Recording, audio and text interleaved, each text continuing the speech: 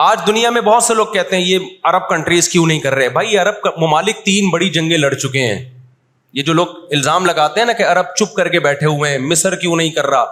مصر کی سرحد ملتی ہے اسرائیل سے, شام کی سرحد ملتی ہے, اردن اور لبنان کی سرحد ملتی ہے. یہ سارے ملک 3 بڑی جنگیں لڑ چکے ہیں اسرائیل کے خلاف, لیکن فتح کس کو ہوئی ہے؟ اسرائیل کو. کیوں؟ اس کے پیچھے کون تھا؟ اس کے پیچھے امریکہ تھا.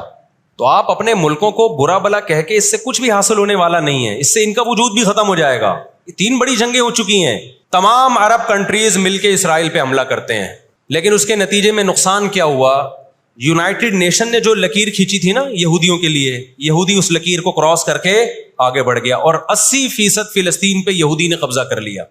اور یہ غزہ کی پٹی جو آج ہے اور جس کو ویسٹ بینک کہا جاتا ہے, اس غزہ کی پٹی پہ مصر کا قبضہ ہو گیا جو ایسٹ میں ہے, اور ویسٹ بینک پہ اردن کا قبضہ ہو گیا. 20% علاقہ میں سے آدھا اردن کے پاس اور آدھے سے کچھ کم مصر کے پاس چلا گیا.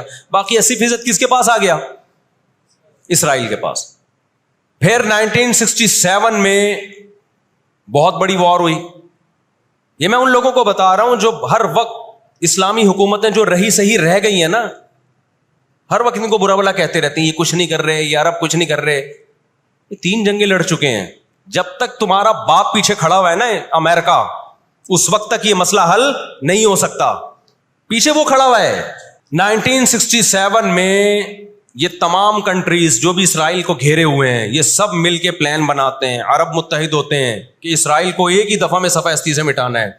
اسرائیل کی خفیہ ایجنسیاں اتنی ہوشیار, اتنی متحرک کہ پہلے اطلاع مل جاتی ہے, اور مصر کے جہاز جو بمبارمنٹ کے لیے جانے تھے, اسرائیل پہ حملہ کرنا تھا, وہ کھڑے کھڑے بہت سارے جہاز ایئرپورٹ پہ اسرائیل تباہ کر دیتا ہے.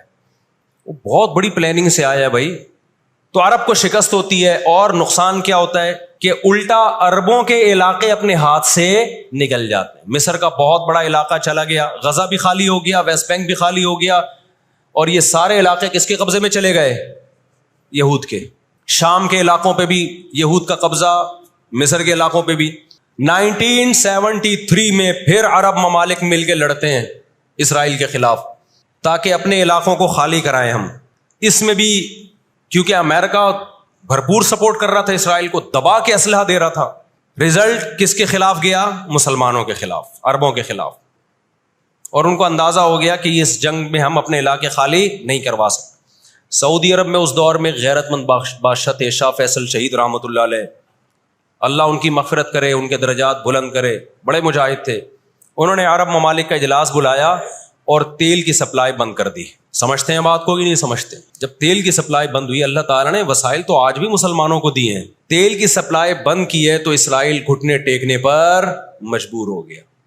پھر امریکہ بہادر بیچ میں آئے ایک بڑے بزرگ کا کردار ادا کرتے ہوئے کہ دیکھو لڑائی بھڑائی معاف کرو, اللہ کا گھر صاف کرو, بیٹھ کے مذاکرات کی میز پہ آ جاؤ.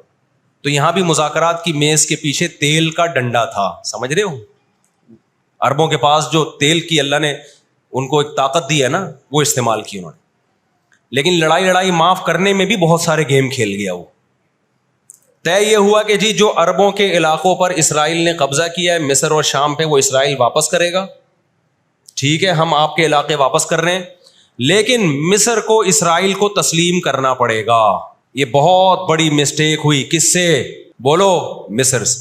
وہ اس پہ آمادہ ہو گئے, چلو ہمارے علاقے تو ہمیں واپس مل رہے ہیں. غزہ سے بھی مصر نے فوجیں ہٹا لیں, غزہ کا علاقہ بھی اسرائیل کے حوالے کر دیا. مصر کو یہ لگا کہ مرتا کیا نہ کرتا. مصر نے جب یہ علاقے واپس کیے اور اسرائیل کو تسلیم کیا تو بہت سارے عرب کنٹریز مصر کے خلاف ہو گئے اور عرب اتحاد سے مصر کو نکال دیا. وہ جو بعد میں داخل بھی کر لیا, پھر 1989 میں دوبارہ داخل کر لیا.